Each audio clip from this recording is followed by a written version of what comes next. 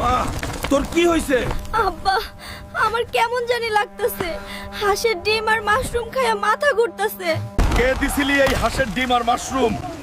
আমার মাইয়ার এই অবস্থা যে করছে তারে আমি মাটির তলে পুইতা ফেলমু। বাবা গো, জঙ্গল থেকে এক মাশরুম বুড়া আইসা দিয়া গেছিল।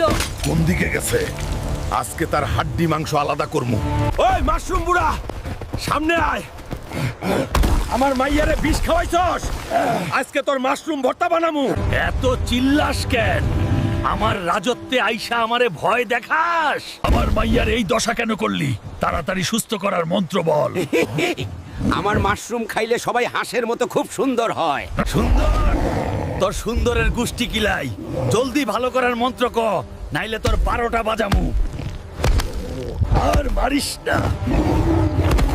এই নে নীল মাশরুম, এইটা ছোয়াইলেই তোর মাইয়া ভালো হবে। কেমন লাগলো? শুকাইয়া তো কাঠ হইয়া গেলি। তোরে বাঁচানোর জন্য কেউ কমেন্টও করবে না, সাবস্ক্রাইব করে লাইকও দিবে না।